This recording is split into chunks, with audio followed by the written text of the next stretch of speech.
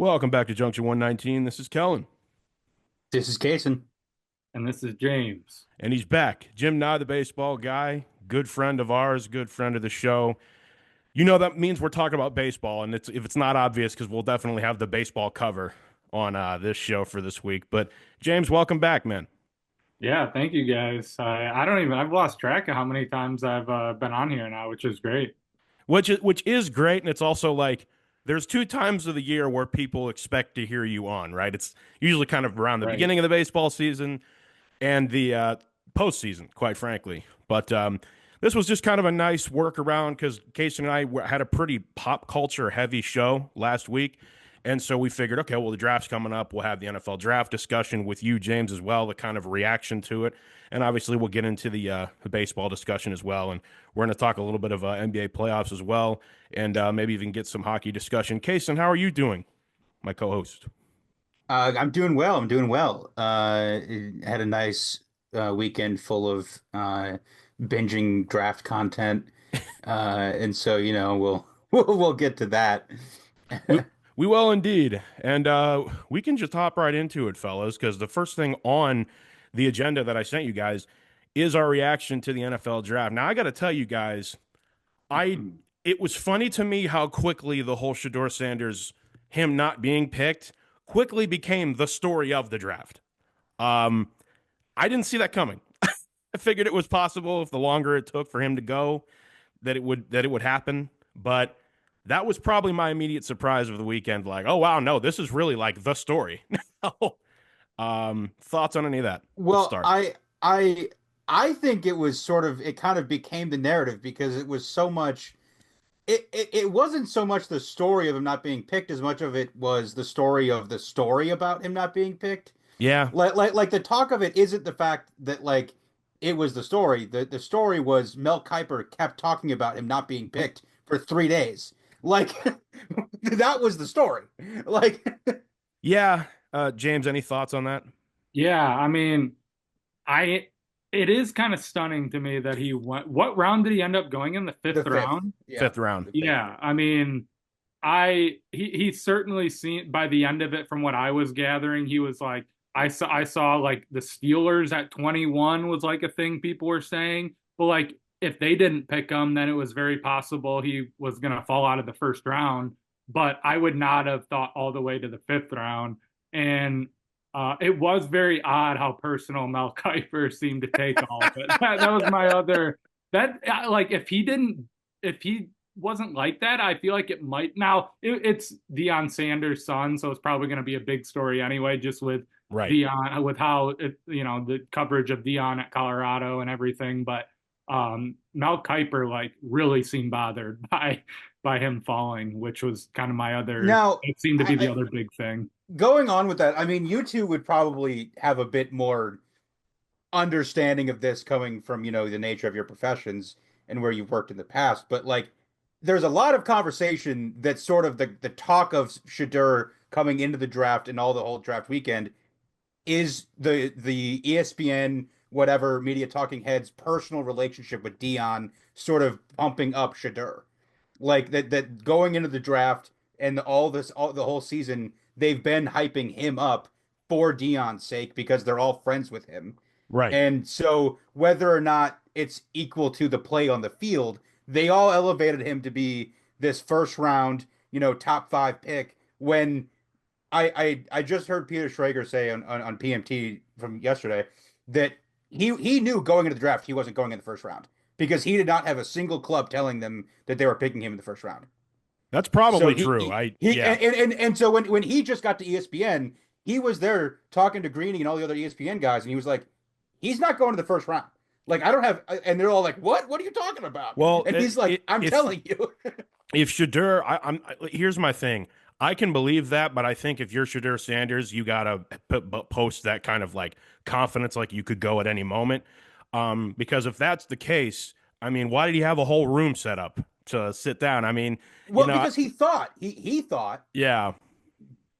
I mean, I think Shadur, right? in retrospect, it's probably not that surprising you didn't get picked in the first round. I don't think anyone would have like if they had just if you told them that they'd be like, okay, then what round does he go in? I don't know that many people would have still said the fifth. That's at least for me. I think that's what was interesting. I thought he'd still go before that, but it's not surprising, I guess, that it was this whole like media circus around it. I can tell you, kind of bringing it back around because I do want to hear what everyone thought of their team's draft. But ironically, he was selected by one of our teams here, and I can tell you, Casen, the actual moment me learning about it was hilarious because I was actually at the time I was actually helping stat lacrosse, and literally like the room. Obviously, we had just talked about it, and then the biggest Browns fan in the room literally just said, "Oh my God, the Browns just selected him, and they traded up to do it, and it was exactly like that, and it was just like all of us, and then there was another Steeler fan in the room that literally said the Browns is the Browns, and I said it exactly in the same way, but it was like, uh, it really is one of those things where I'm like, do the Browns try to make themselves like the butt of every headline? Like I don't really. It was wild to me, man. Jason, did you see I the video of the live thing of when they panned to the Browns war room after they drafted him? I haven't even seen that. I saw it. I mean, they said that People were that like was. really reading into it. I don't know. I mean, I Kevin and AB said that was like not the right that the feed didn't line up with it, and it was not exactly the moment. Not they. I don't know. They're obviously trying to cover themselves because people think that that It was was. just funny. I don't I know. saw I like don't know. Browns fans speculating. They're like, "Oh, this is like looks like two guys with the owner like called in and was like, you better take Shedeur Sanders." But like, I mean, it was kind of just like almost like a joke thing. I just was wondering if Casen saw it. I definitely saw it. I mean, they basically shot it down immediately, but I will say I focusing on this pick here for a second since we're talking about it. Sure. I I don't know if that's entirely the case because they the Browns quarterback coach Bill Musgrave is a really good friend with Dion. He's Mm. known Dion for years. He's been a very good friend of the family, and so there is a lot of conversation that like the coaching staff really does like him. And what you have to understand about Andrew Barry is that Andrew Barry's philosophy is really about value and his like the nerds in that front office, all they care about is winning the draft pick value chart war every year. Like, which is, I mean, there's a conversation to be had about, the trade with the Jags that basically gave up Travis Hunter, but I like that trade. that trade was a huge like trade. It was a huge draft value The chart. Browns fleeced to the Jaguars Yeah, there. yeah. I I don't. really like Yeah, that I trade. actually think the So Browns came Yeah. out of that looking great. But yeah. I'm glad you guys agree. Yeah, I that was mean, one of the Oh things that because yeah. I really like I that move by the Browns. I Yeah. Travis Hunter is no sure thing. I mean, nobody No. knows how to use him. And so, Right. but getting back to Shedeur, I think that from what AB was saying yesterday or Saturday, um, they had a price on Shedeur, and then it got to be the fifth round, and it was a discount they couldn't pass up on taking him. I can believe And that. so, Yeah, the fifth round, it's hard to which argue that it wasn't a good value, to me in thinks my it opinion. was about a third round grade, at least as far as talent goes. And then once it got to be the fifth, they were like, well, we just can't. I mean, and what he said was, eh, given that they traded a fifth and a sixth to move up into the fifth to get him, so it wasn't exactly a haul. Like, and he was like, for the price that we paid to get him, it seemed like a no brainer considering the assets that we gave up. Which a fifth and sixth round pick, I mean, that's about Oh yeah. I don't know 25% I chance they're even making it better. Casen. So I'm sorry. I was just gonna say, all kidding aside about the Shadir Sanders pick, I actually thought the Browns draft was really good. Just want to get that on record. I thought it was solid because I was kind of looking up and down the boards today at the Athletic. They do those things where they rank the draft out of all yeah, 32 teams, and it's like, okay, well, you can't really judge a draft beyond 4 years out, right? But I thought it was really, really strong. I mean, I think they addressed every single need. They picked up Harold Fannin Jr., which I was very, very happy oh that yeah, oh he yeah. he went to. It's kind of cool. He goes from orange and brown. He's going to stay in orange and brown. I thought that was really awesome. Um, And then, of course, they took Dylan Gabriel, and of course, they took another quarterback in Shadir Sanders. So I don't really know what that quarterback room looks like, but it's like, let's just take all the quarterbacks I so that we can create the most cursed quarterback room in the league. so And I hopefully, one will of these say guys works I out. will say Dylan Gabriel was Kevin's guy. Kevin was in love with Dylan Gabriel. Okay. He was who they were going to take. And then the Shadur thing on Saturday was sort of like he was there and they had to take him. So the plan was not to get both of them. The plan was not to get Shadur after already taking Dylan. I I believe that. Dylan Gabriel would probably be a first round pick if he was like 3 inches taller. Like Mm. that's the problem. I mean, so we'll just have to see how he can manage his height. I mean, Now, James, I have a question for you. Um, One, I mean, how'd you feel about the Detroit Lions draft, obviously? And also, I was talking to another Lions fan about this at one point last week, and I was like, man, I got to ask James about that if we get him on the show. Is it weird to be watching the draft now in a situation where your team's good, you don't pick till late in the evening? Like, I mean, I'm sure that's a different experience. And I'm not saying that to sound like arrogant or whatever. I mean, No, that's got to be new, you know? it's totally different. Like this draft specifically was very weird. Just to like the Lions picking 28 in itself is very bizarre to me. But yeah, like I especially because you go like basically every draft in my lifetime, other than the last like couple, you go into it with a pretty good idea. Like there's a handful of guys or 10 whatever guys that you're gonna pick. And now like you like this draft, I essentially had no clue for the most part who are they like a specific guy who they were gonna get take. But um yeah, so it is totally different. And they picked at like almost midnight too. So it's definitely way different. And then as far as what they did, I mean, I like what they did. I will admit, like the Lions GM with drafting of all, GMs do a ton of different things with, across all sports, like free agency, trades, drafts, like waiver wire, like a million different things. And I try not to just be like, have no opinion and be like, yeah, whatever he does is fine.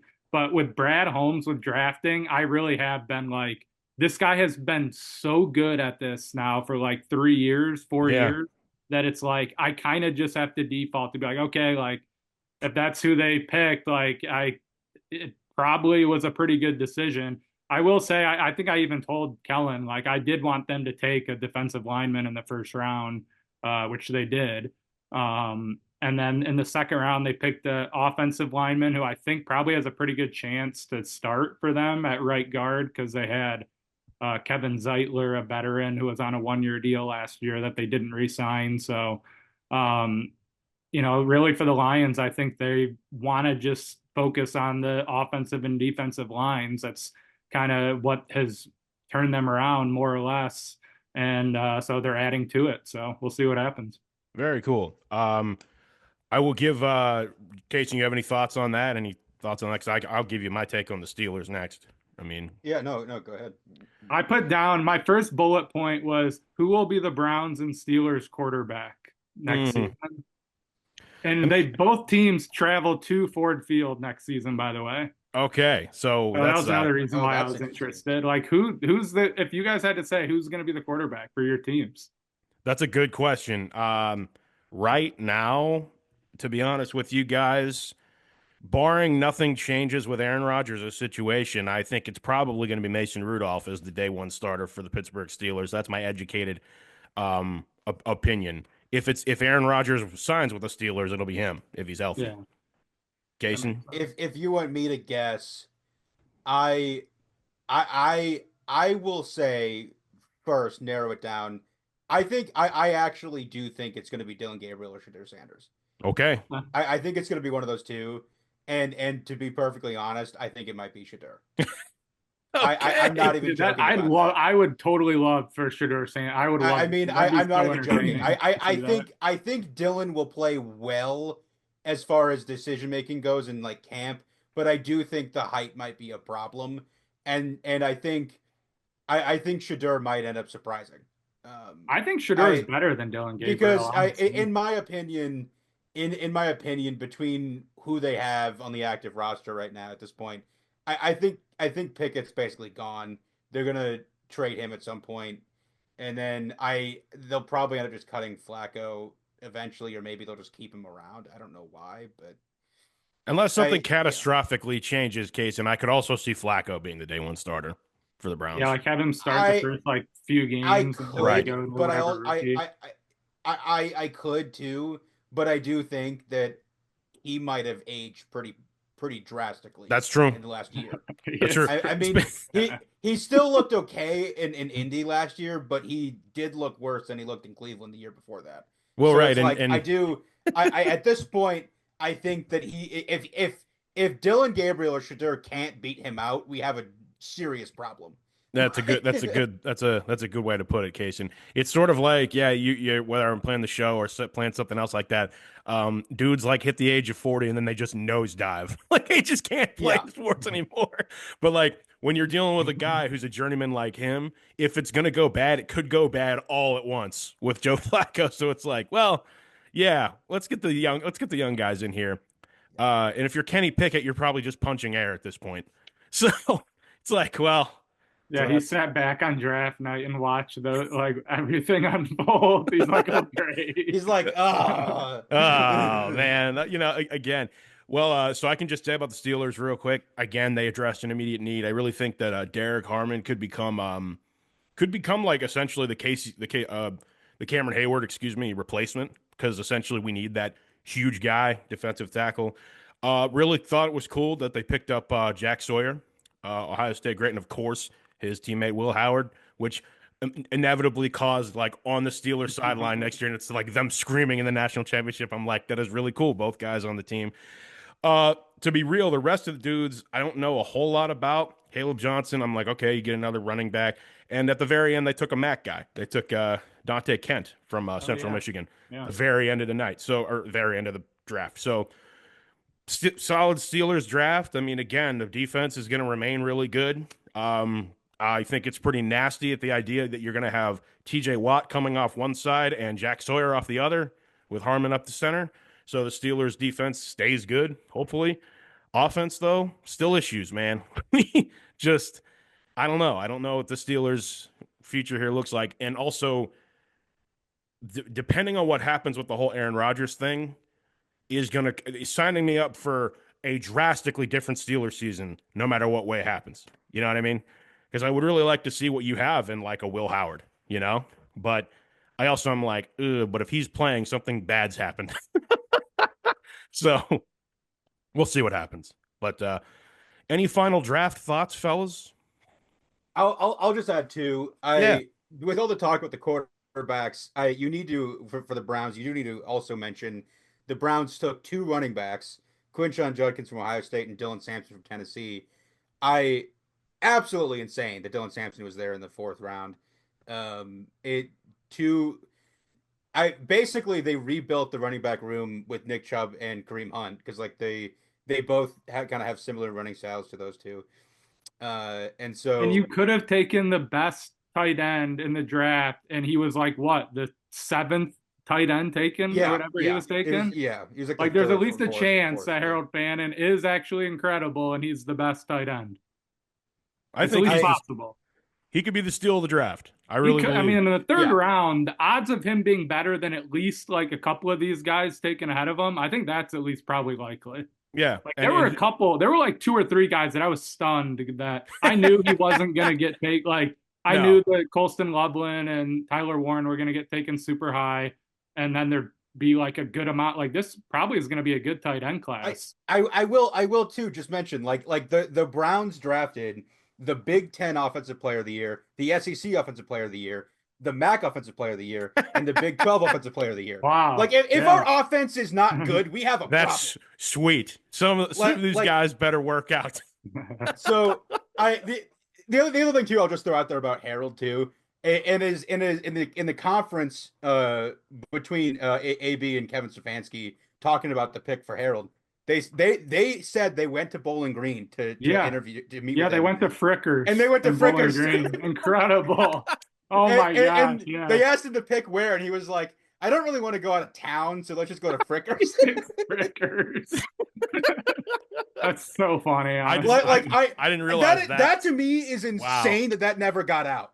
Yeah. Like Yeah, like Kevin nobody said, Stefanski drives yeah, up to the Frickers in Bowling Green. Like incredible. That's great. That's really cool. Well, I think it's only poetic justice that he ends up having. He doesn't even have to switch his gear. He's going to stay wearing orange and brown, which is I'm cool. like I'm So, legitimately considering buying a Harold Fannin jersey. Like oh, I am a I am million massive percent. oh, fan. I Casen literally is said if yeah. he got picked by the Browns, I'm like it could basically pass as like a Bowling Green jersey. Oh yeah. Especially if I saw him, he might wear. I hope he wears 44. He he Yeah, I he saw asked the he video. he asked for 88 or 44. Yeah, I hope he goes with Yeah. 44, which would kind of be 40 sick if he went with 44 44. as a tight end would be sick. I agree. I think that would look Oh better. yeah. So, So I think we can all agree. I am very happy he went to one of our three teams here. I'm yeah, that real is real exciting. happy. Honestly, he went to the Browns, That's especially really with the cool. Bowling Green ties to it. I think that's pretty cool. Yeah. Absolutely. So keep your eyes on that. The draft is one of the feel good events of the year, right? I never get. I want to shout out one dude. What's his name? The guy who was taken by the Bills. Marcus. The guy from Kentucky. I can't think of his name. Oh, Hairston. Hairston. Thank you, Marcus Hairston. Who literally, if you guys noticed, was dapped up every single guy who was drafted before Oh him yeah, to that the point where guy. the internet was Yeah. literally wondering who is this guy with the blue suit on? Like, is he's at that perfect spot in the green room where everyone has to come by him, and literally he's just dapping up everybody. I'm like, he is dapped up like the last seven guys in a row, and then even cooler that he was drafted that night too. That is Um, great. but to the Bills, I mean, and you like color coded. It was really, really cool. But you just, when you and all your boys make it, that's how it should be. You know what I mean? I'd be like, dude, like, what do we need? I don't know, but take this kid. He's dapping everybody. I always love the videos every year where some like the guy in the first round just got drafted, so they're doing a bunch of interviews, and then their like teammate or someone they know gets picked like 6 picks later, and they're it's like while they're doing the interview. I've Yeah. seen a bunch of videos where that's like, oh my God, like my teammate just went in the first round of the Chiefs or Oh whatever, and yeah. they're like freaking out. I was watching because I last year when we had you on the show, James, we were talking a little bit about the WNBA draft, and that happened for Paige Beckers too.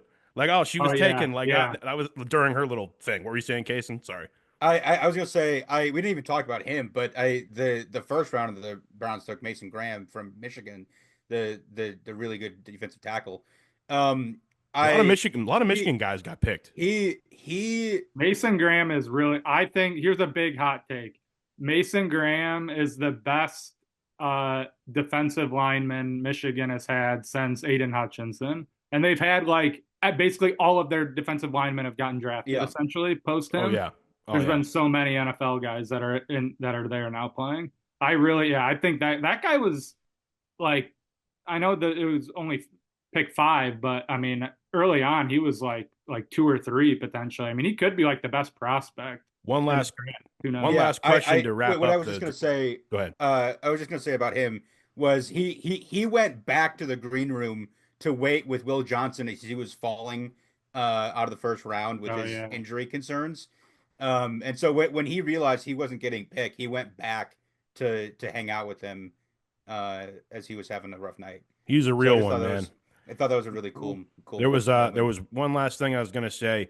The video that got me was the kid who was taken by Bulls on the phone. You know, he was taken by the Buccaneers, and like he burst into tears immediately, and he said, "Thank you for believing in me." I'm like those always hit me, man. Just because, like, even if you're told that like it doesn't hit you until that phone actually rings, and it's like we're taking you right here. It's like the relief almost, you know, the climb to get to that point alone. You see it on everyone's faces, the families and everything. So I love the draft. It's a lot of fun every year.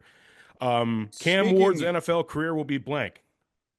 oh, We didn't talk about number one overall pick taken in the draft. I don't, you know. I like Cam I Ward. If he's not good, I think it'll be because the Titans are horrible, and it just takes like that's kind of happening now where these quarterbacks, it's like year 4, 5, or 6, maybe even on a different team, they're become good. But as far as his talent and everything, I think he's really good. I think I he has agree. I mean, seems pretty complete quarterback. Gazen.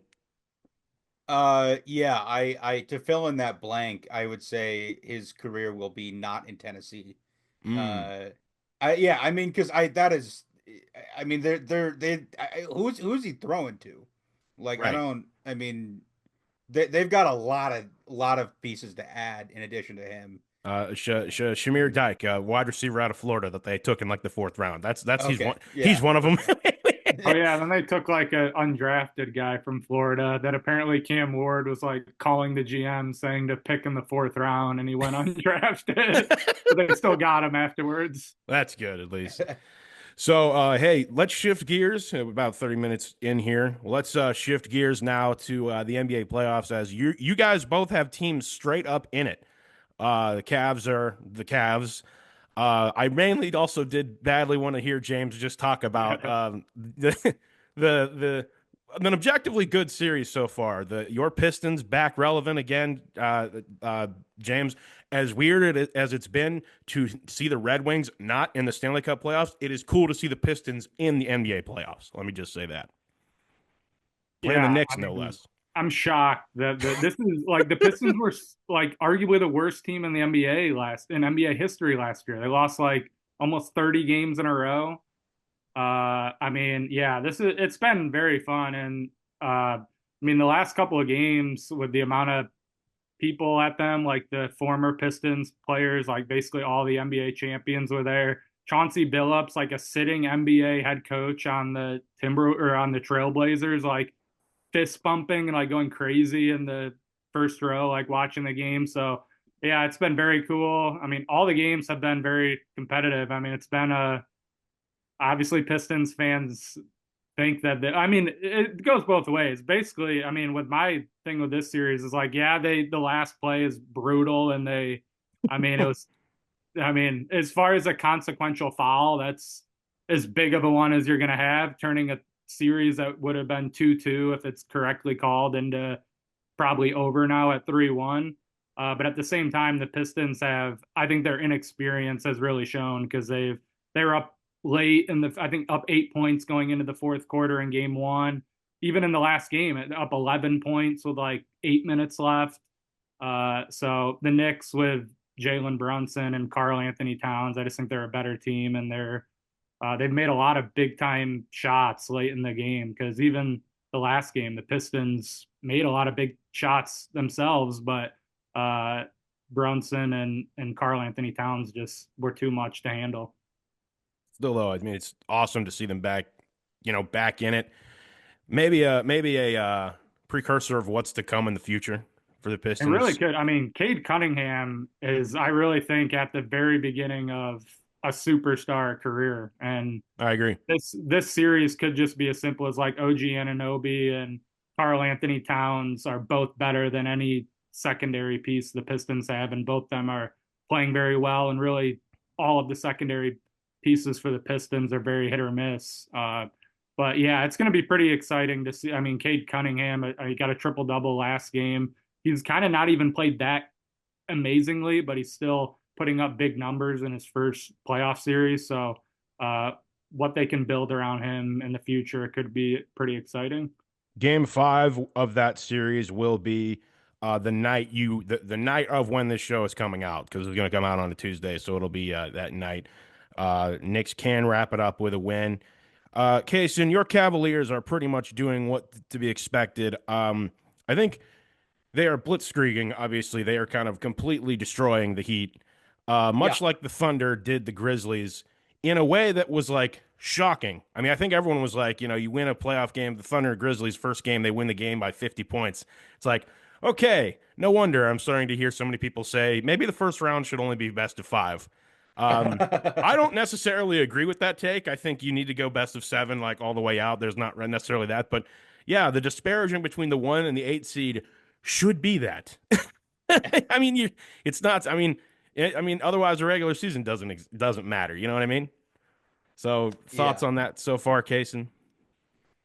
Yeah, I mean it look, I'm happy to see them sort of, being dominant in the playoffs as they should be as the one seed. But I'm just gotta stay focused, and you can't let this series get, into your head, and Avs make you by feel 100 overconfident. in game four, sweep. Mhm. Yeah, I mean, I think I this know. works out great for them. They don't have to play the Celtics next series either. They're gonna No, beat the Pacers, or probably going to be the now that Pacers. Lillard brutally got hurt, they're probably Yeah. done. So I mean, either way, I thought they would have won that series anyway. Yeah, I think most Cleveland folks I've talked to, Casen, are probably all in this mode of, yeah, okay, cool. We're taking care of the Heat. That's good. Yeah. They're waiting till 2 rounds from now. It's like, okay, Right. yeah, but like Celtics and Celtics, Cavs, Knicks. Eastern Conference Yeah. Finals. Once Give us a again. 7-game epic series. Yeah, and if it is No, that, I no. do. It's Four gonna game sweep. 4 game Four sweep for the game Cavs. Cavs four, sweep. four game Cavs sweep. That would be insane, actually. I do realistically think that goes the distance. That's going to go all 7. If it ends up being those two teams again. I think it will, yeah. Now here's a question: if they get through your Pistons, are we confident in the Knicks at all this year? No, the Knicks are not, like, the fact that the Knicks have needed to, by the skin of their teeth, squeak. They've won the last game by 1, where they, in all likelihood, probably should have lost, and then they won the previous game by 2. They needed a huge comeback, 21-0 run, like total collapse from the Pistons. They had game 1 wrapped up. Uh, the Knicks, I think No, they're going to no get believers destroyed in. by the Celtics. I would have to agree with you. I will say probably the biggest surprise ish we've seen so far is in the West. You have Minnesota kind of taking it to the Luka Lakers and LeBron Lakers. And like it's not surprising to see the Minnesota Timberwolves play well because they have in the playoffs the last 3-4 years. Anthony Edwards, he takes over games and everything. I think I'm just a little bit surprised that like if it ends up being a gentleman's sweep, it's going to be like, well, we had quite the headline, trade, which obviously we already talked about. We've all given our takes on it, but I just thought the Lakers would be better than this. That's kind of my. I just thought I'd Yeah, be I'd I'm be I'm I'd be very disappointed. surprised. I'm incredibly disappointed that this is Mhm. 3-1. Like the Lakers, I mean, it should be at least 2-2. I mean, they, Correct. they should have won at least one of these last couple of games. I don't think I could see this series not being over yet. I think the Lakers will win next game, and they should go back to Minnesota and be like, we can't, like, this can't happen. We can't just bomb out against the 6th seed in the first round. I hope they can at least With force, LeBron and Luca. Like right. like Like, come for on, like guys. Like, for that force at team, least a game 7. correct. Like as much as I do like Anthony Edwards, like I feel like you'd be robbing me as an NBA fan. I'm like, wait, you're telling me the Luca and LeBron Right. Lakers are Especially, out in the oh, first round? Like yeah. that would be such a dud. You know what I mean? And it didn't look like that impossible of a pathway for, like, looking at it from a LeBron perspective. It's like you're probably not going to have very many chances to win a championship, and you have to beat the 6 seeded Timberwolves, and then either the, like, Most kind likely the of Rockets. fake, like, Rockets that no one really believes in, kind of, and they might not even beat the Warriors. Like the Warriors, aren't they? The Warriors already The winning War- that the series. Warriors are up 2-1 in that So, like, series and yeah, or you're definitely going to could play the win. 7 seeded Warriors. So, like, this is a really good chance for the Lakers, and they're down 3-1 to the Timberwolves. That's pretty disappointing. I do think that Yeah. we're in for. Go ahead, Kason. I'm sorry. Go Well, I ahead. was just gonna say, I don't even. I mean, there's just nobody else on that team. I mean, you've got That's you've true. got like last game, LeBron dropped 27, Luka dropped 38. I Hachimura finally showed up and he had 23, and also he's at 17. But then it's just everybody else 2.6.000. Like they just have no bench. It's They have also absolutely zero bench. they can't go out in the first round when we've had an amazing spring of LeBron songs. Like I just all over social media, 50,000 points, my goes the greatest of all time. Like just I was like, this would be such a.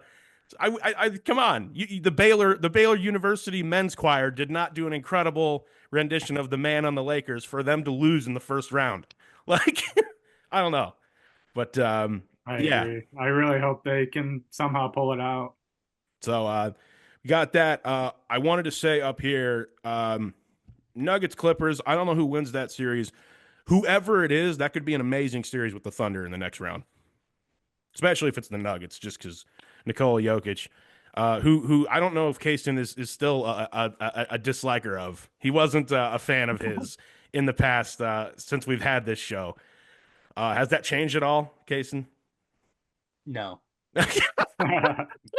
Like inexplicably, Casen's just like a hater of this Nuggets team.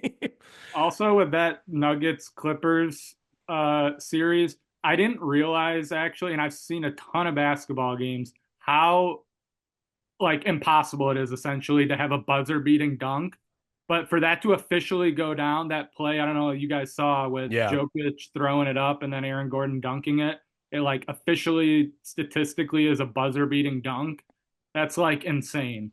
Yeah, that like never happens. Yeah. I did see that. And the statistical anomaly of that is what Right. That's was like like pointed out to we'll me. I probably was like, never oh see yeah, that again. That yeah. probably like, that was crazy. Just because the nature of a dunk, like for it to count, it has to be Yeah, out of the like a hand. dunk, Like like basically getting out of his hands at like just before 0.01 or whatever. Like crazy. is crazy. Shifting to the Stanley Cup, a little bit of a wild card here, but Casen, you are a Vegas Golden Knights fan, and it is the one team of ours that we root for that so far has won a championship since in the existence of this podcast. Um, Mhm. thoughts? Yeah, he's like looking around for like the Stanley Cup thing he wants to hold up and wants to do all Yeah. that. Um, I yeah. haven't watched as much as I normally would, just because, quite frankly, Penguins aren't in it, and there's not really a team in that I'm really pulling for, you know. So, I mean, I guess by default, you guys and like McDavid because I finally want him to win. But thoughts? I mean, yeah, I'll just address that. Like, I knew this is exactly how the series was going to go. I mean, it frustrates me to no end that it. I don't know what it is, but like we've always had issues with the Wild. I don't really know why, but it's just like whenever we meet the Wild in the playoffs, it's like so frustratingly difficult. But you guys Um, still win because the Wild are choke artists in the They playoffs, and are. I'm pretty sure they have like an unbelievably horrible playoff track record. So Vegas will still win the series. Vegas will win the we'll series. we'll see. If We'll they see. don't win the series, it's simply going to be because the Wild are just going to play out of their minds for Marc Andre Fleury. But like even That that, has like been great to see, by the way. yeah, Marc-Andre Fleury, all the respect he's getting shown by the other teams in his last season. yeah, and he's a great guy too. He He's is. he's like clearly beloved by the entire league. So I appreciate also how the Wild have very much made this season like a send off for him. Like if this is it, Right. like doing all the stuff, having his family come on the ice and all that stuff. And it's like it's weird for me because as a Penguins fan, there's a part of me that says, well, if this wasn't going to happen in Pittsburgh, I am happy that another franchise is recognizing the significance of it and giving Flower his flowers, so to speak. Mhm. You know, but yeah. Agreed. So the Knights. Um, you wanted me to weigh in on the news of my team today Yeah. because one of the genuine Pittsburgh goats in coaching is parting ways with the Penguins today. Mike Sullivan and Kyle Dubas making that clear today. Kind of saw that coming, but it seems like it was done in a classy way. It's like, all right, we're gonna mutually part ways. It's not the same Pens team anymore. We're in our kind of post dynasty Blackhawks era where we're kind of just getting worse. And so it's sort of like, yeah, Sullivan, I mean, in a lot of ways, Sullivan probably wants to move on too. Sort of like, all right, like this was fun, won two cups, won all these playoff series, um, and genuinely like winning as Pens coach ever or something. Like, and he was like the most tenured coach in the NHL, I believe, at the time of that Yeah, happening NHL today. teams fire their coaches all the time. Left and right. Well, it's almost Yeah, seen as a flip the switch. It's like it almost is. part of the game. Like, oh, we need a new voice on the bench, and then guys play out of their minds. Like they're way quick trigger with coaches in the They are. I NHL. think Vegas has had like six coaches at this point. Yeah, and it's crazy how quickly they fire coaches in the NHL. It So for is. him to stay there as long as he did, even through some of the unceremonious things that have happened over the last few years, man, hey, hats off to Sully. I'm appreciative of him. Quite frankly, I don't really know where the Penguins are headed, but we're just a really old team with a core that wants to keep playing together. So, I as I've, saw a yeah, post that said Pittsburgh should just the next coach should just be whoever like will make Sidney Crosby the happiest. And in yeah, all reality, that should probably just be what it is. It should be like, all right, like Did like who do you want to be the coach and who will make life like the easiest on you? Like that's like probably what they should do. Definitely. The funniest thing I saw in the last, this kind of has something to do with the team, kind of doesn't.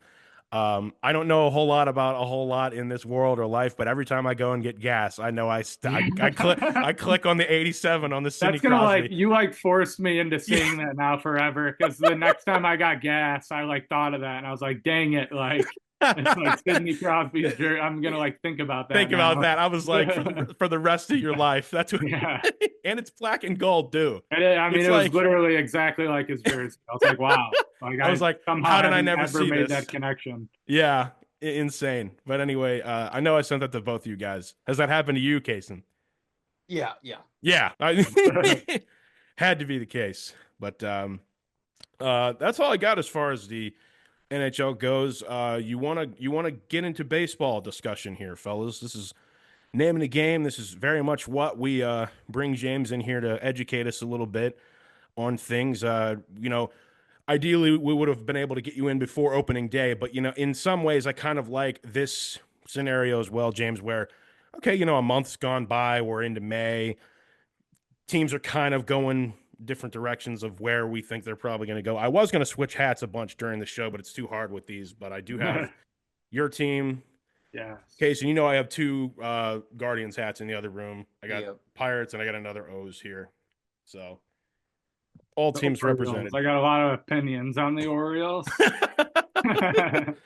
Well, I guess I love this time of year. I love baseball. I love just being able to go out to the ballpark and just I've been taking in a lot of college baseball, obviously, over my shoulder here, as you have in your time as well, James. And thoughts on the opening of the season so far? Things are kind of at a place now where we kind of see who's good, kind of see who's not trending in those directions. I have a few surprises that I will say, but take it away, my friend, and we'll go from there.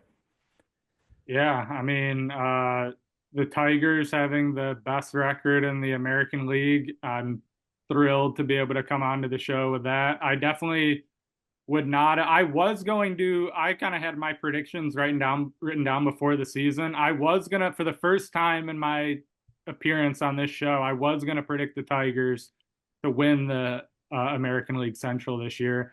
And so I guess so far it's kind of going how I thought because I think it's going to be a battle with Cleveland, and Cleveland's right there with them so far.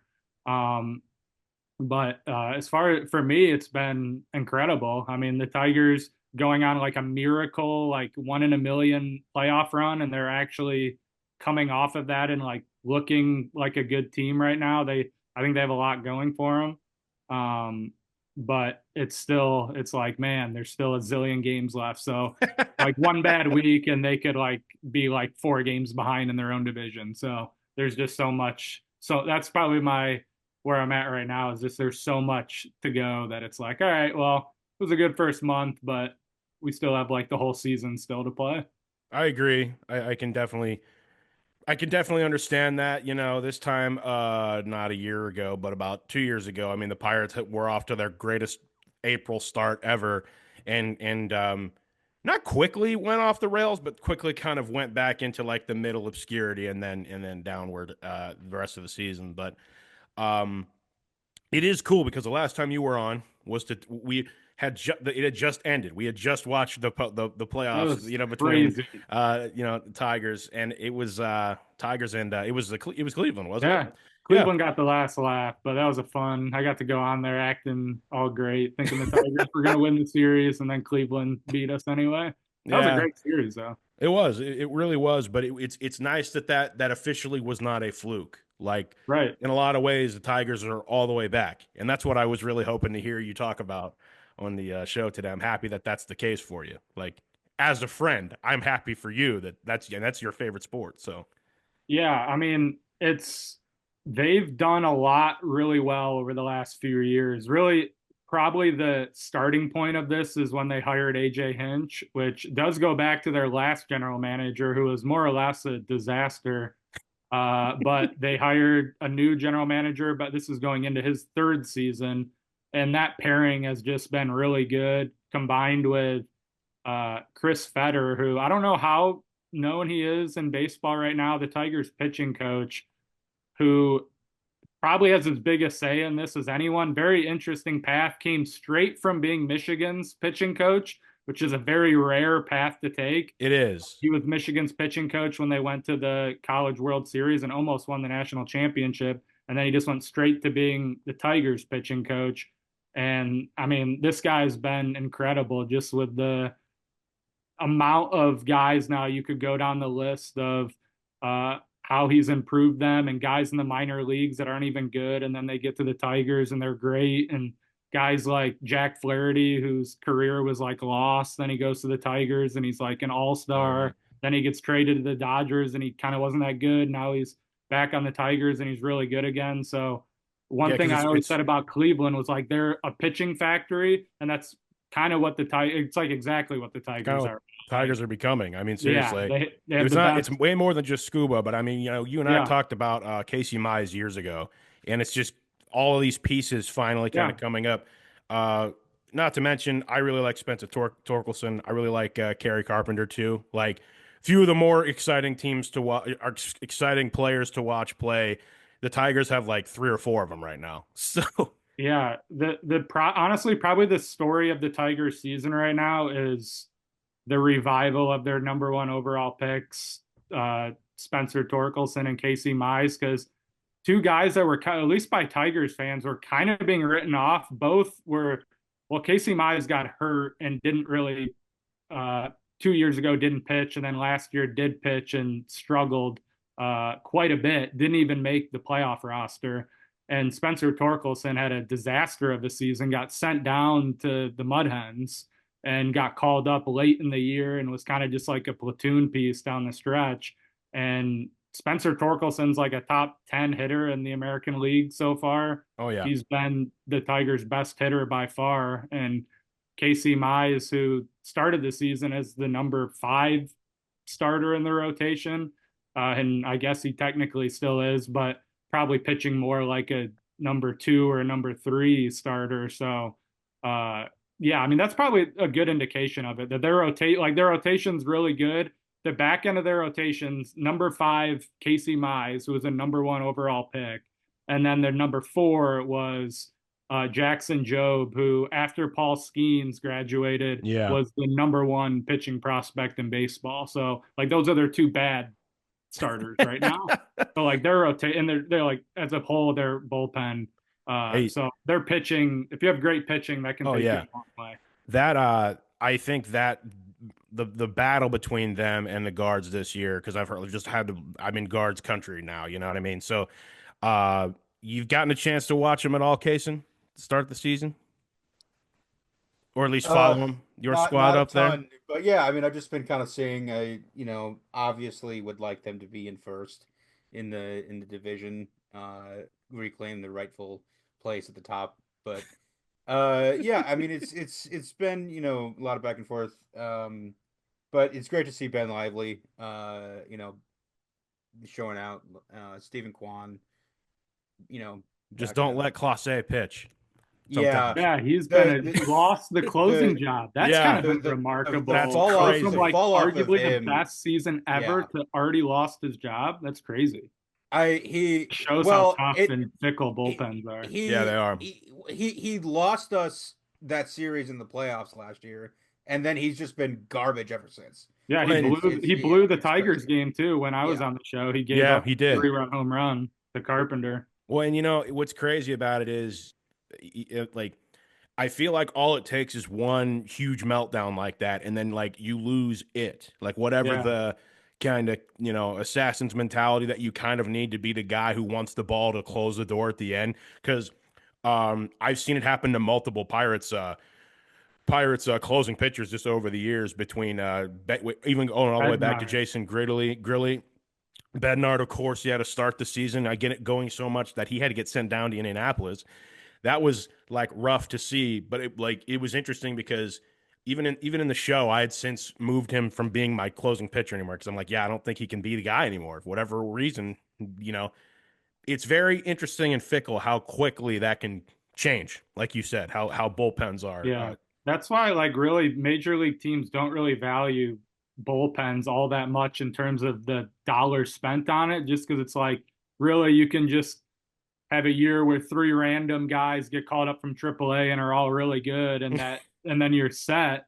And you see these guys all the time that get paid huge money that just go from really good season to bad, or like really good to mediocre, and it's just it's tough. It's a lot of them getting put into tough positions too, just within the game. And Oh as yeah. you said, if you go into a bases loaded, no out situation, and that's what you're inheriting, and you just kind of get knocked around, and so mentally that can, it's a really mental sport as well, so that can mess with you. So uh, definitely can see ups and downs with that. I wanted to ask you about, just a couple of other these surprises I've seen to start the season. San Francisco Giants seem to, in a lot of ways, be back to actually going to contend with the Dodgers in the West. In that same, and also staying in the NL, what is going on with the Braves? That's probably been another one of the surprises of the year. Two just teams I did not see kind of happening here because I'm like, well, the Braves might have actually passed their window a little bit. I've heard people talk about that because my favorite out of that division right now is actually definitely Philly still. But any thoughts on any of that, like how you see the NL kind of shaping around? Yeah, I mean, with the Braves specifically, I think they are. I don't know. It could just be a down year for them, but at this, they do have, they have guys out. I think also a big part of it is the trade that they made with Freddie Freeman. It Yeah, looked like pretty great the first year because Olson, like I think, hit like 40 plus home runs, but like that's been definitely not something that they should have done. Fresh off a World Series, like probably their most iconic player, like of that whole organization at the time, they hmm should have definitely kept on to him. And he's almost like playing better. And it's almost like how it was watching like Verlander and Scherzer like go to other teams. Like they were great MVP players with the Tigers, and then they went to other teams and like almost got better. And that's what it looks like now, almost with Freddie Freeman going to the Dodgers. So I think that's hurt him. Acuna's been hurt a bunch. I think he's hurt yeah, they've again. been banged around. They've had all sorts of pitching injuries. Like Strider's been hurt a ton, and now I think he's hurt again after just getting back. And they're in I mean, the Mets and Phillies are They're really, really in, good as well. yeah, So they're just in an that insanely doesn't tough help. division. All of that being the Yeah. same. I do want to hear, Casen, please chime in of any of these of anything we're talking about here because I do want to hear James discuss my Baltimore Orioles, one of my two teams. Like I really was excited last year because it looked like, oh, are the Orioles finally back? I mean, they had that whole chaos shirts thing that they were doing through John Boy and other things, and it was like, oh, at least they have one because their ownership changed. Their ownership changed to someone now who does care about winning, and you can see it differently. And of course, they're off to a very cold start to the season this year for kind of a few different reasons. Two of my favorite players in baseball right now, Gunnar Henderson and Jackson Holliday, play for the O's. Um, as my dad said years ago, he's like, "Son, I've rooted for two bad baseball teams a long time," and I feel like, well, signed up for that in my life. So let's hear you talk about it. In what is always a Baltimore, crazy, crazy division, the AL yeah, East. I mean, it's always like basically the best division. And it kind of is like underratedly always really good. Like you just look at like the teams fourth and fifth, they're normally like still like around 500, whereas most teams you have like one or two horrible teams in the division at least. Yeah, Um, but Baltimore, like they still have so much talent. Like as you said, like just with Gunnar Henderson is incredible. Jackson Holliday, Adley Rutschman, uh, Colton Cowser, like they have all these guys. Kerstead, like they have so many big talented hitters. Uh, my big thing with them was just I thought at the trade deadline they were in the like at least the rumor mill to like get like everyone like Tarek Skubal, I think they could have Scooble got. was, I yeah, think he was totally available if like it probably would have required trading the Tigers like Jackson Holiday, and like he would have been the headlining piece, and then probably like a couple other like B good type Lord, how good would the prospects. Tigers be now in that? The Tigers offense Yeah, would that'd be be yeah, scarier. or not because Skubal like is such a big part of them. But like I really think they should have kind of went for it more there, and they like the back half of their season was, I don't know what their record was, but I don't even think it was like 500. They played really bad in the back half of the season, uh, bombed out in the playoffs, and then they lost Corbin Burns, their Hmm. ace pitcher, to the Diamondbacks, and then they also lost Anthony Santander, who was a 40 plus home run middle of the order guy for them, to the Blue Jays. So I like they didn't it seems like it's just all on their young like bats They're and like, their yeah, it's like unbridled talent that they have to kind of yeah utilize and shoot in the right way, and hopefully yeah all of it works out at once. hmm and To their go, like their pitching has really been their big issue. I oh mean, yeah, oh, that was their big always. issue going into last year, and that's why they got Corbin Burns. So it was like, okay, that was like a great move for them, even on a 1 year deal. Like they got a legitimate like ace pitcher.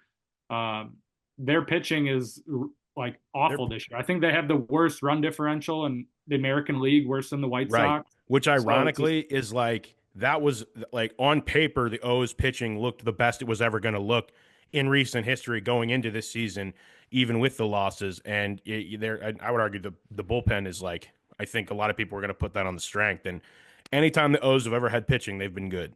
So yeah. I anytime they will didn't, say which is though, most of the time, they haven't. So yeah, AJ Hinch, who I obviously have a lot of respect for, he's still convinced, and I still agree. Like they're with like Gunnar Henderson alone, like oh yeah, Bobby Witt like by himself made the Royals good last year, and the Orioles just have too many talented bats. Like I think their offense will get going, and like I think they'll it's a still be long a season. threat at some point. Yeah, Yeah. I want to get to prediction time here, fellas. I haven't talked about the other division. The worst division in baseball, I really think, is the NL Central, um, from I top to pick the bottom. Cubs every year, and now they're finally looking like decent. Every year on this show, I think I pick the Cubs, and they always like are horrible and never do anything. Casey, I know you and I, we usually like pick the Brewers because it's like, well, they seem to be the only team that And you guys wants have to. probably got it right every year, honestly. Oh, yeah. Just like the Pirates, underwhelming every year. The Pirates are pole skeens, and that's it. And Andrew McCutchen. McCutchen's actually having statistically one of his best seasons. And I'm like, the man is 38 years old, and he says, you know what? If it's just going to be me, I will carry the Pirates as far as I can take. And it's insane to see. Like, it really I is love that wild. he went back to like clearly Yeah. I love that like the Pirates clearly like mean a lot to him and he like wanted to go back there and now he's like performing probably even better than he should, almost like because of that. And like genuinely, it makes me feel good that obviously he's embraced the city. His wife's from there. His wife's extended family's all from there. They have 4 children now. I have no doubt that whenever he retires, he's just going to be in Pittsburgh. I hope he remains a part of the organization. I'm sure he will because he's going to be a massive. There's probably going to be a statue of him outside someday. Um, and I heard people starting to talk about that because famously, one of the gates of PNC Park, there's one that doesn't have a statue that you know that they left for any kind of player right now. And I think most of Pittsburgh would say it's probably going to be McCutchen. And if they were going to do that, they better do it with him with the dreads. Because when I think of McCutchen, I think of that. Um, what do we think's going to happen here, fellas? Case, and you haven't spoken for a while about various topics. I know it's not necessarily your area of expertise as much as some others, but any comments on any of that? More things change, and more they change, they stay the same sometimes in baseball. Yeah, yeah. I mean, I think definitely. I do truly feel for you with the Pirates because it sucks. Well, it does, but I think and that's also why part of me has to carry your fire for another team, because it's sort of like which they're also struggling, which that is what it is, but the Pirates are just such a defeatist like whole situation because this was the year where truly the anger of the city is hit an all-time high. Obviously, I've sent you guys around the pictures. You got sell the team chants like at the ballpark. You got Bob Nutting being literally berated by fans on his way up to the box and stuff. Mhm. Like it's gotten to the point now where he's not even like showing his face. I'm like, yeah, because like we got gifted maybe by the end of his career will be the greatest pitcher in baseball, and you did the same thing you've done for the last 18 years, man. But I think this is the year where it really like he's either just completely a hillbilly thief like Bob Nutting is and that whole like family and whatever, or he genuinely has cared this whole time and he just knows nothing about baseball. Because the soundbite that got me this year that I think sent the city into a fever pitch was when he looked bold-faced into a camera and said, "I feel like I have done everything in my power to give this team a chance to win." And I understand where he's coming from, that at some point player development and the prospects and the players have to play and produce. I understand that because we've had all these prospects that just, in theory, some of them should have been like the Orioles' young core at some point. You know what I mean? Why is Kutch still the one having to hold it all up? But for that to happen and we're not seeing the results, it's like, does this man really believe what he's saying to us? Like, because if so, he has not known baseball for these 18 years he's owned the team. So I don't know, man. It's a rough situation, and that's why I'm sitting here with a different hat on because I'm like, I still love the Pirates, I still love the O's, I love them both. Had similar struggles, but it's just hard to be a fan of theirs right now. And you look, and it's like even over the weekend, you go out to West Coast, usually a pretty good thing for the Pirates. And what happened? Well, we won Skeens' start because he's an absolute dog. Yeah, But I we won. watched that game. He was an incredible start. I mean, he has Otani like swinging like 10 feet out of the strike zone, like Yeah. crazy. I mean, when he goes in there, we tend to win. And I was really thinking that this season, which it still could be, there's a long way to go. I was sitting and talking to my friends, and I thought Skeens was good enough for maybe 10 more wins to last year's team. But it seems like everyone else except Kutch has all regressed. And it also doesn't help that Jared Jones is still hurt. So it is what it is, man. I mean, if I feel like what's happened with the Pirates is like the city's way of retribution, paying for the other two teams being good most of my life. So You guys need Yeah. from hearing that too, that was a really well laid out, honestly, presentation of the Pirates because the development part of it is like basically the entire thing. If you're because there's only a handful of teams that are gonna spend enough money to just be able to get all the best players and like do that. There's really almost every team doesn't do that. It's only like a very select few. And like the Tigers have basically never been able to do that. They've never had a good farm system ever until the last like 2 or 3 years. And yeah, now it's just you see these random guys come up and they all perform. It really does come down to having like a totally united, like on every level development system. And it's so much more complex than that. I can't even really put it into words, but between like all the technology that they use nowadays, like how every pitch and swing can be tracked to a degree and everything, yeah. like having a way to all communicate it up and down your system and to have the teach all the things that you want and value and have all the right people in place to do that.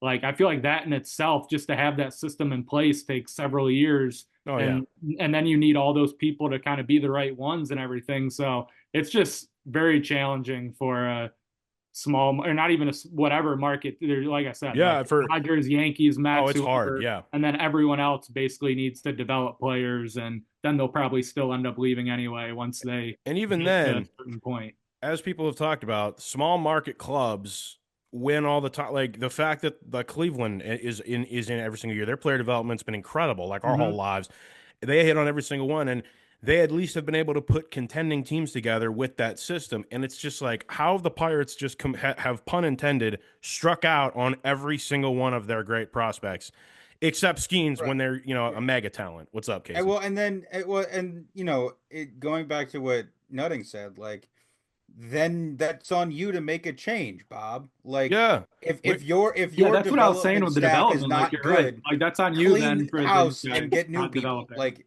yeah, clearly the farm system, clearly who we have here is not who we need. We need money spent on those people to come in here and make our players good, and stop I mean, wasting careers, man. it was like a couple years ago. You remember when the Ravens like training staff got like an F from the player grades, Yeah, and it was the year like all of their running backs got tore their ACL, and right. it's like, are the trainers just tearing their ACL? I mean, Like, strength and and then condition, they and like, then they, and then they replaced all of them, and they haven't really had injury issues right. since. Every, as James said, every cog in the machine is so important, Yeah. and it takes years to build, especially in baseball, just because the guys don't come straight into the show. It just takes years, and I just feel like the structure from the top down, the Pirates have never really changed it that much. And it's just like, okay, maybe you need to. Like, I'm just so sick of hearing how chock full of talent our system is, and yet we arguably have not had a prospect really hit since McCutcheon. And I don't count Skeens. Skeens is like a once in a generation talent. Yeah. Like, Skeens, so I really feel like could hopefully represent like a last straw with Nutting. Because like if it just plays out where Skeens is on the team for another however many years and then signs with the Yankees or whatever, I feel mhm. like Pittsburgh fans will legitimately like lose their minds and run him because like they're Yeah, already, I think, rightfully so, like really pushing back on where things are at right now. If they actually lose Skeens, who clearly is like the face of Pittsburgh, basically, like he's incredible, yep. and like they need to lock him up to a long term deal. Like Here's if my they did thing. that, I feel like that could at least like show like Oh, okay, yeah. we're Well, not letting this guy leave. Skeens, I think, on the Pirates is going to be Trout on the Angels ultimately. I'm sad to say, I just don't think I don't see things changing in enough time for that to happen while he's there.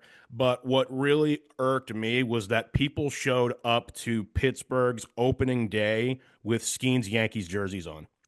And I was like, Oh you have to my go you have to go god! out of your way to custom build make this jersey. Oh my There were gosh! I didn't see that. yeah, Wow! Oh, yeah, Oh my wow. I'd have to find some god! photos, but yeah, That is horrible. there were Yankees fans that showed up with Skeens, and there's already people like holding up signs that say Yankees opening day 2028 starter. Like, yeah, probably. Like the way things are going right now, like that. The fact that that is happening in Skeens' second full year with That's the like first crazy. full year with the team from that's brutal though, is it not? That is. And That's you're just sitting horrible. there as a fan defeatist, and it's like yeah, I'm going to pay more attention to the Orioles because being a fan because this team's ownership is not worth my attention right now. So I want the anger to continue to build.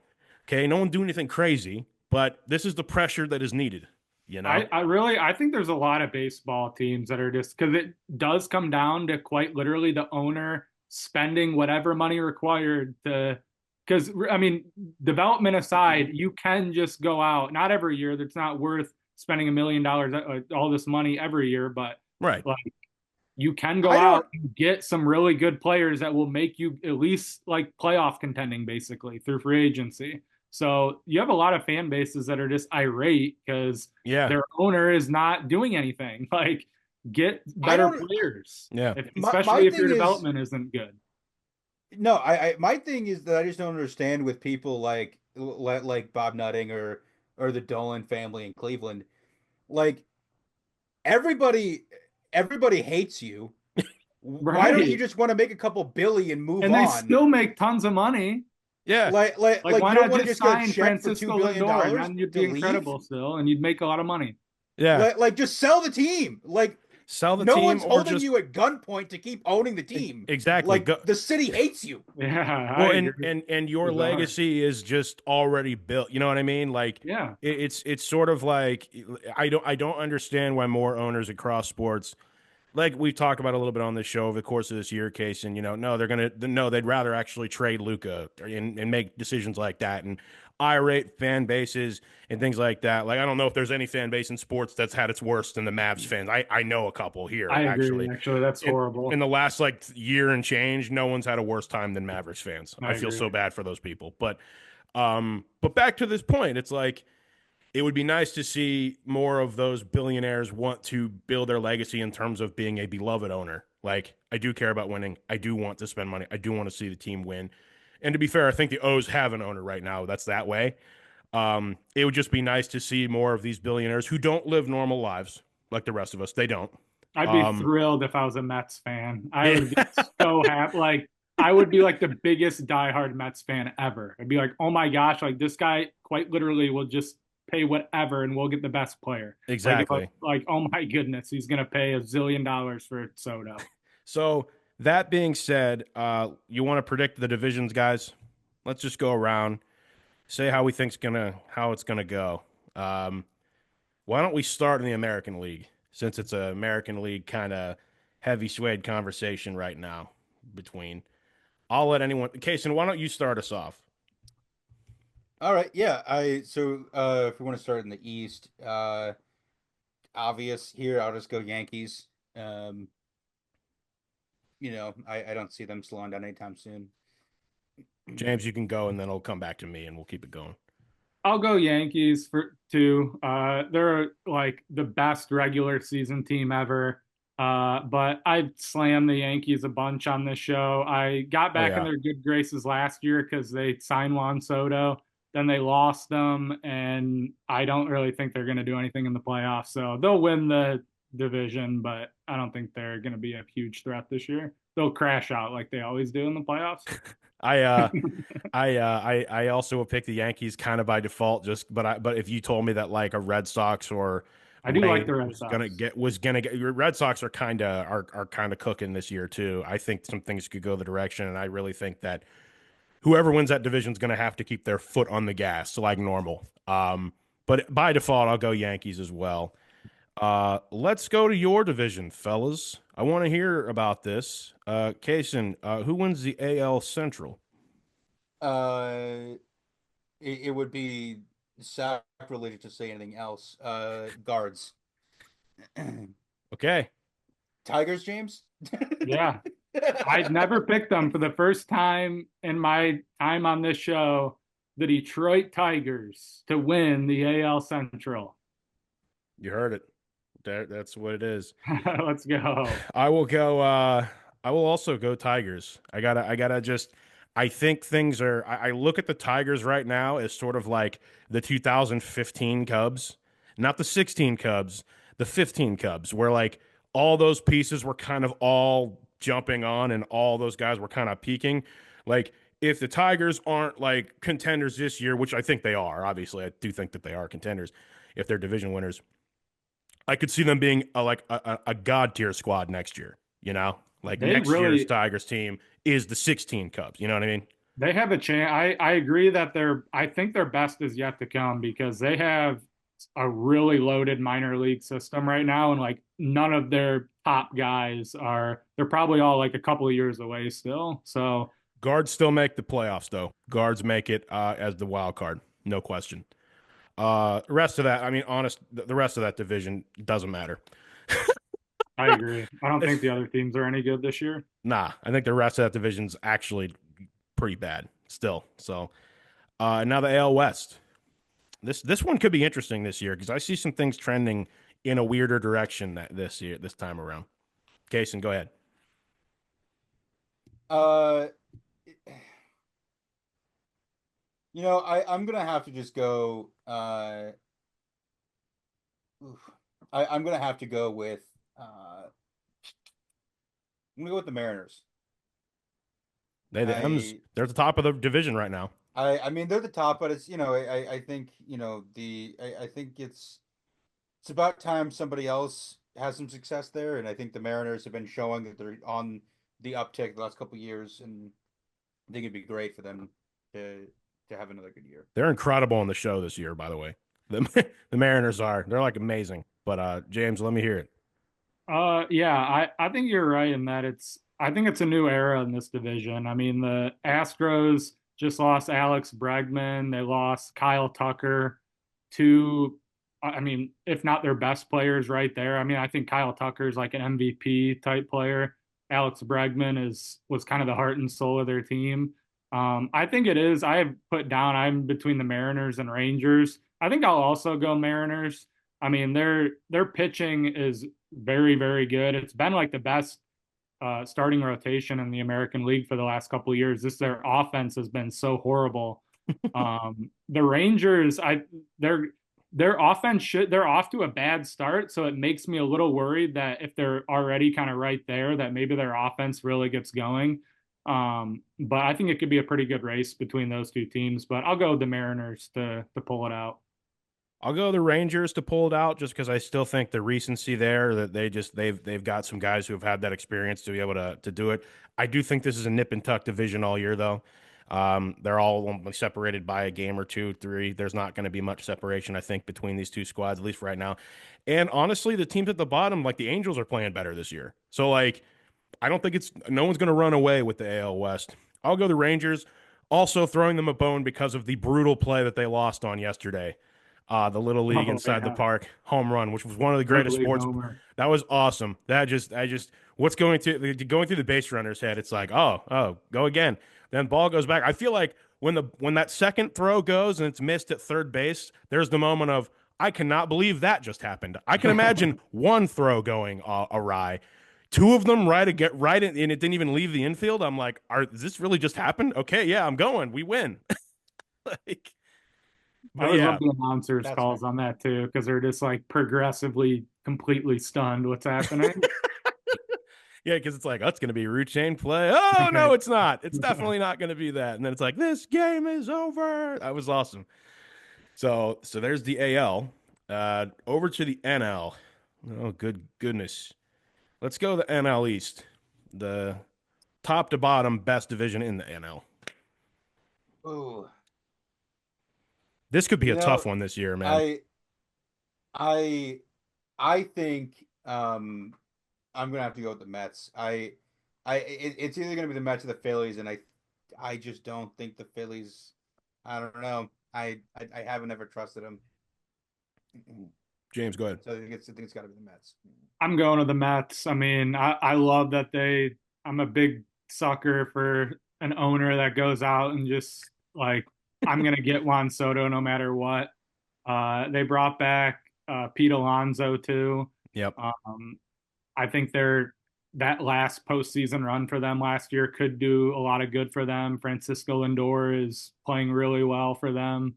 Um, I could see both these teams. The Phillies, with Dave Dombrowski, who's their GM, who was the Tigers GM when they were last really, really good. He's a Right. very aggressive GM. Like he will absolutely make a move at the trade deadline to get someone. And I could see the Mets doing the same. So I think both these teams are going to make the playoffs, but I'll go with the Mets to win the division.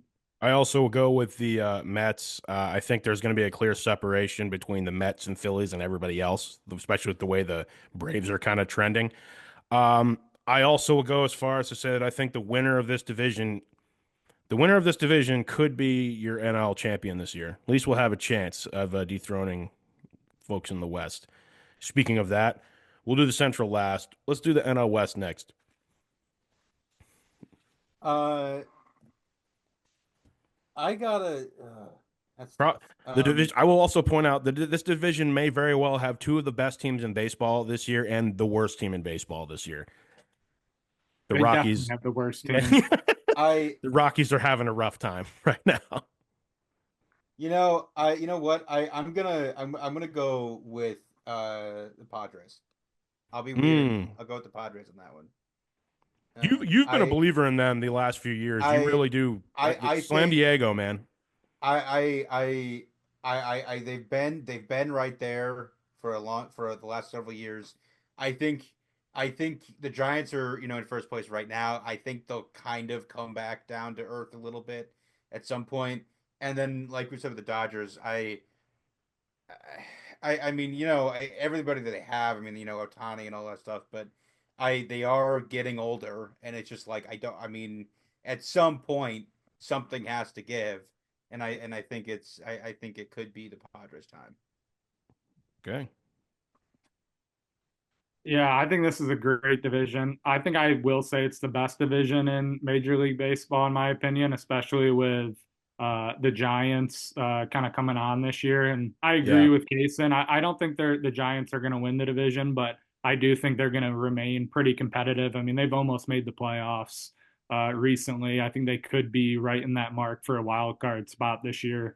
But for the first time in a while, I actually really like the Dodgers. The last few years, I've said their pitching, like I just don't see it with their pitching, and their bullpen's always been really shaky. And the one big guy they got last year, Tyler Glasgow, is amazing, but Yeah. he always gets hurt, and he got hurt again last year. But then this year they sign another Japanese phenom, Sasaki. They get Blake Snell, who's a like Cy Young caliber pitcher, and then they loaded up on their bullpen too, getting a ton of guys. They got the left-handed pitcher from the Marlins, Tanner Scott, and they got Kirby Yeah, Yates, Kirby Yates too. Yeah. to a big-time right-handed arm. So uh, they stocked up on pitching, and they're Lineup is incredible. They got a couple of good lineup additions too that are really working out. Like Tommy Edman at the bottom of their lineup is just kind of, I think, being a benefactor of having all these great. He's Mm. already kind of a pesky hitter, but now he's in this loaded lineup, and they do a good job of identifying guys like that.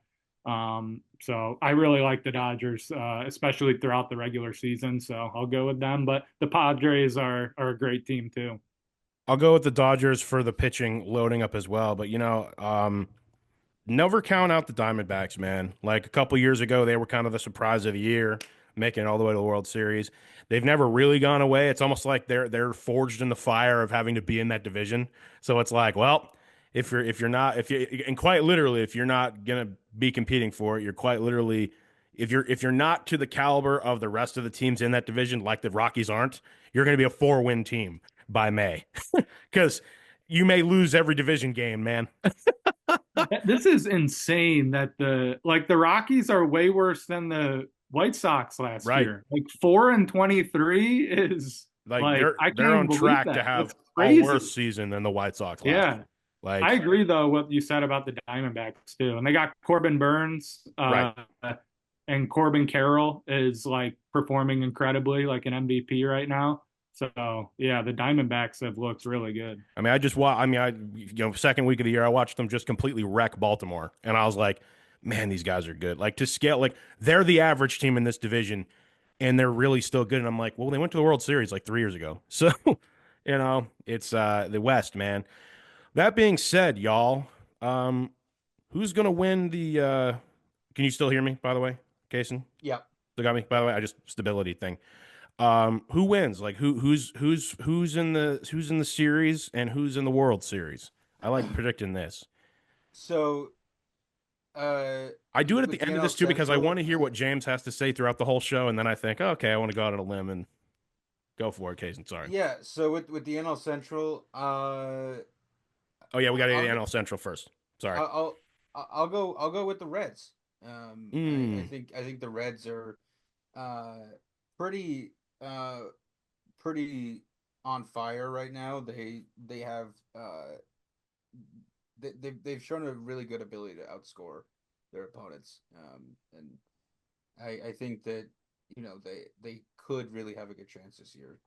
Ellie, man, Yeah, Ellie's crazy. He's so much fun to watch. he is fun. I'm going back to the well. I've picked them, I think, every year. Go, give me the Cubs again. They got Kyle Tucker, who I think that's a huge addition for them. Yeah, Like, I really don't get what the Astros were thinking. Like, to me, Kyle Tucker's as good of a player as you can have.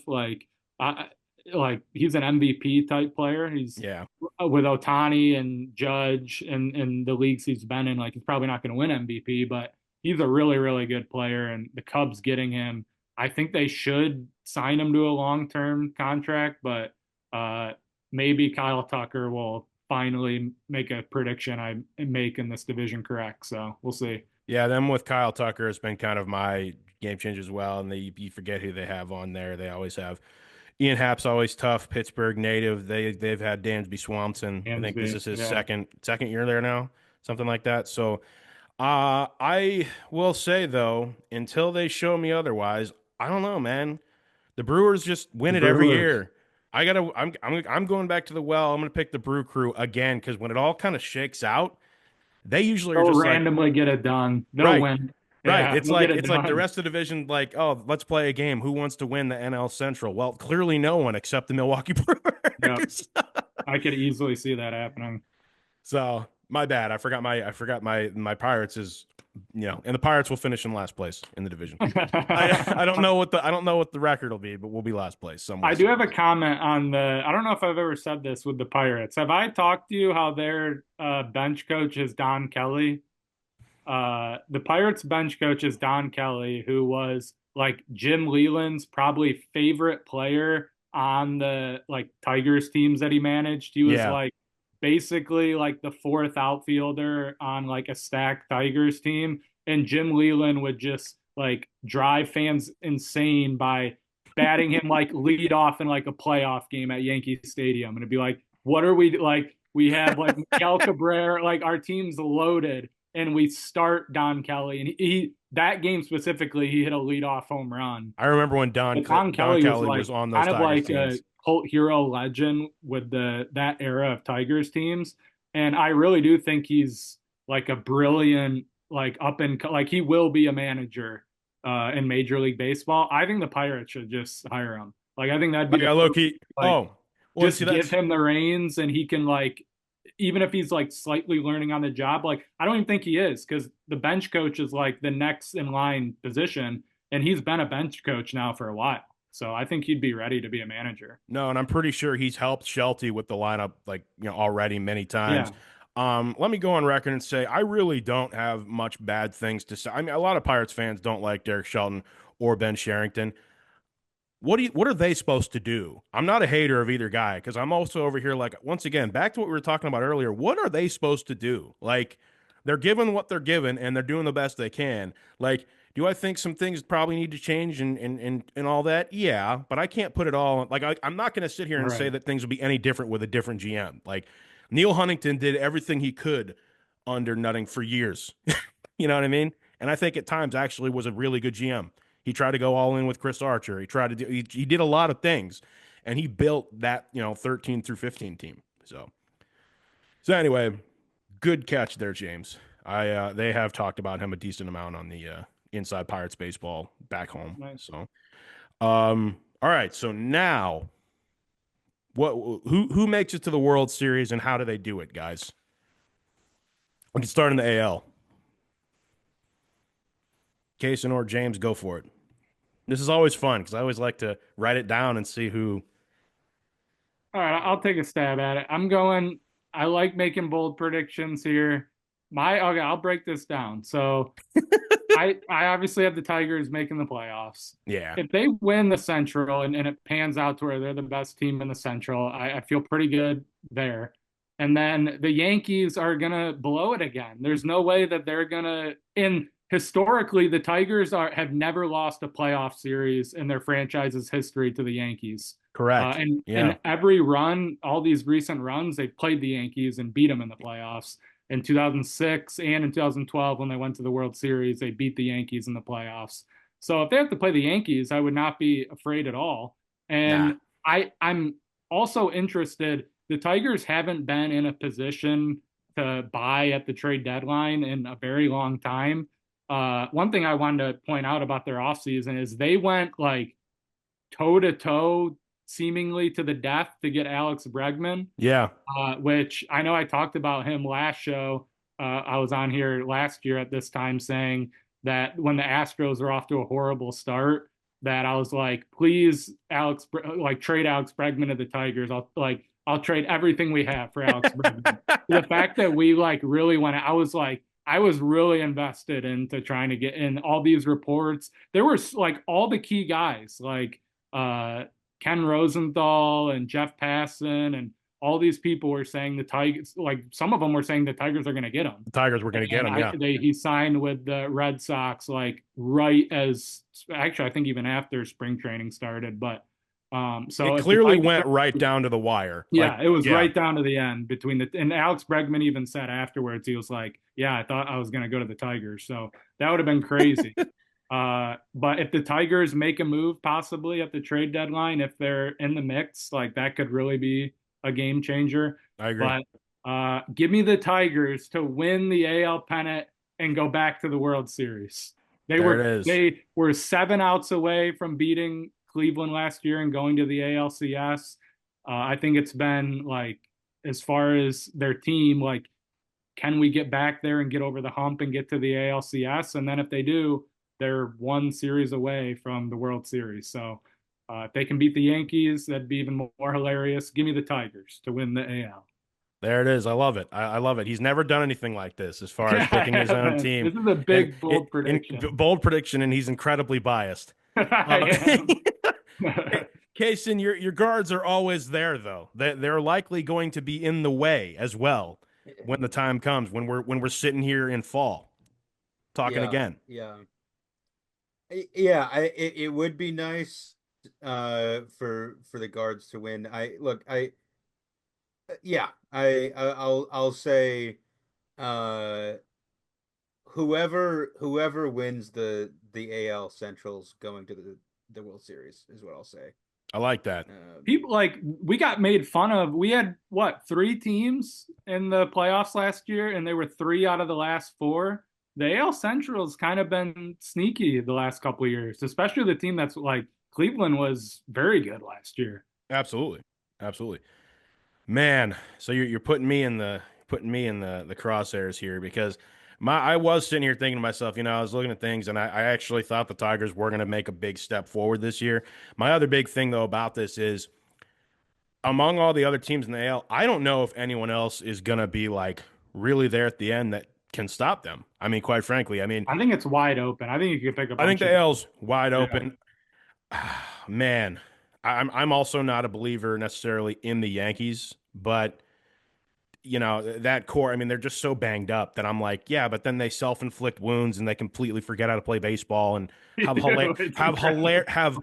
have hilarious crash outs. Like whenever the Yankees lose, it's Aaron like, Judge just dropped a routine fly ball yeah, last year, essentially why they got oh yeah, lost a big game. and it was the worst. Freddie And it was the Freeman worst hits a inning in the grand history. slam. Yeah, Like, are you kidding I mean, I me? watched, and what was crazy was it's a great John Boy breakdown of that, by the way. That was one of my favorite videos of his That of is all great. time because the actual Dodgers scouting report said, let the Yankees play baseball, quote, they will self-inflict harm. They do it all the They were time. like the worst defensive team Yeah. in history last year. It was And crazy. literally that is how the Dodgers beat them in the World Series and made it look almost easy at times. Like they're Mhm. just going to crash out. They're a 5-run lead. Well, let's just erase it after they make 2 mistakes and then stop playing baseball when no one covers first, and it's like, what's everybody doing? Like, this is the World Series, by the way. You can't anyway. I will give it to the Tigers as well. Wow. Go to AL because you've convinced me, James. That being said, I think Cleveland's going to be there as well. I can easily see it being them on that side. I also could see this is a year that like Boston goes to the World Series. Series or Like something. they Yeah, always have like a down couple of years and then they get in and then they get to the World Series. Like they're the other team I could really see they going. just If get they get red in, they hot. could Yeah, really go on a run. I believe it too. I can see it. How about the NL guys? Because I think that part of me really thinks that could be like the Mets year if they can figure it all out, and part of me thinks the Detroit Mets World Series would be a lot of fun. I wrote down Tigers in 7 in the World Series over the Mets. Wow. That's Okay. my prediction. Tigers in 7 over the Mets. But I really think the Wow. NL, like the Mets, Phillies, Dodgers, Padres. If the Cubs get in, that would be really fun. That's what I'm hoping. I'm hoping Yeah. all these teams get in. Mets, Phillies, Cubs, And Dodgers. Casen, every year on opening day, James always texts me the arbitrary. Here's rooting again for every year for the Tigers and Pirates to be in the Oh my World God, Series. yeah, And that's like an incredible Mets or Pirates Tigers World Series would be I like. I always say to him, I'm like, see, dude, like that would be wild, but like it also would be awful because At one way least or one of our another, teams would win. right? And I would be You get a genuinely guaranteed happy. win. Exactly. Someone I like is winning. Someone I Because if like it was is just one of us, then like our team would just lose. Like it was just if it was just Pirates versus like whoever, like the Red Sox would just win, or yeah. or Tigers versus Giants swept by the Giants. And I'll tell you guys both, I always went on record and said that if the Pirates in 2013 had won against the Cardinals, which Cardinals, those yeah, yeah, incredible Cardinals that was a team, all that. great, I yeah, think they would have beaten that Dodgers team before they got absolutely destroyed and swept by the Boston Strong Red Sox. That was yeah. of Seriously, 2013. Like I always oh, said, like that Pirates team probably could have hate won that the Red NL pennant, Sox but we would team. have gotten swept, I think, by that Red Sox team because they were, you know, they were winning Oh that World Series. Like, man, the 27 Yankees were not winning that series. the You know what I mean? the 2013 Detroit Tigers were like the best team in that whole run. Like that's the team every Tigers fans like, the 2013 Tigers, like they should have won the World Series. But no, David The Ortiz had to hit Giants. a And grand David Ortiz. slam. Or the Tigers would have been up 2-0 going back to Detroit in the ALCS. with Instead the it was legs with the 1-1. legs going up in the air and Yeah. then Corey Hunter jumps into the God. bullpen and the cop doesn't even help him out. He celebrates and turns into like a legend where he would just then go to Red Sox games and take pictures with fans. That's like what he turned into after that dang cop. Oh my gosh. I couldn't stay like that guy was like famous for like the Yeah, next year, like super famous. And I couldn't stay. And they still show that they home still run show that all and the the cops time. just like doing this where Oh, he hold Coach face that's first like my over the wall. worst image ever. And they show that Oh, all the time on like that's almost like a like guaranteed image on like just a baseball like montage. They'll show that like no matter always. the Grand Slam. Casen, go ahead, man. I'm sorry. Uh, no, I mean, I was just going to agree that I think it's going to be the Mets. Oh, that'd be fun. Mets or Phillies, man, but the Phillies always kind of fall apart in the postseason too. Like I don't know, man. I know That a is decent true. I know a decent number of Philly fans, obviously being from Pittsburgh, and like they are a bit cursed too. Like I've looked at the Oh Phillies. no! I've really looked at the Oh Phillies. no! What? What's going on? Something big did I happen. Adam Schefter reporting that the Cleveland Browns just signed Deontay Johnson. Oh no, Oh, that's horrible. No. That's horrible news. No. That's a bad sign. yeah. I don't know about that. Get I don't him know about away that. from the Kenny Pickett to facility. Deontay Johnson for the Browns. That's so cursed. That's so cursed. No. Anyway, That well, is hey, terrible. well, so you heard. I think we all agree on the World Series, generally speaking. I'm gonna write that down legitimately. Like you heard it here, folks. I mean, you literally James said it. Oh, that'd Uh, be great if it happened. well, hey, listen, James. We always appreciate you coming on. We always appreciate you educating us a little bit, things to look for, because it's kind of what I'm always looking like. I always write a few things down that you say, and I'm like, okay, let's see what happens prediction wise. Any other bold predictions on the whole season of who to end up where, what to look for? What else did I put down here? Let's see. Oh, casually, I'm just now seeing he's got the World Series hat on, and even Oh you got yeah, the 2012. Yeah, swept in this World Series. It was great. I after always tell sweeping the the story. Yankees. Yeah, that was my freshman year at Bowling Green, and I had a class that I had Monday through Friday, and the guy I sat directly behind Giants wore hat a Giants hat, and every single oh, day. it was just horrible. The Giants. Uh, no, I think the probably one of them. One thing I had is Tarek Skubal is going to cakewalk to another Cy Young. I had that. I do think that'll happen. Uh, I'd love to see Paul Skeens win the Cy Young. I mean, I he think that could plays full happen. season. I don't see why he wouldn't be if he's not like the next guy. So I would think he's right there for a Cy Young. Uh, Judge seems like he's gonna win the MVP VP. again. Yep.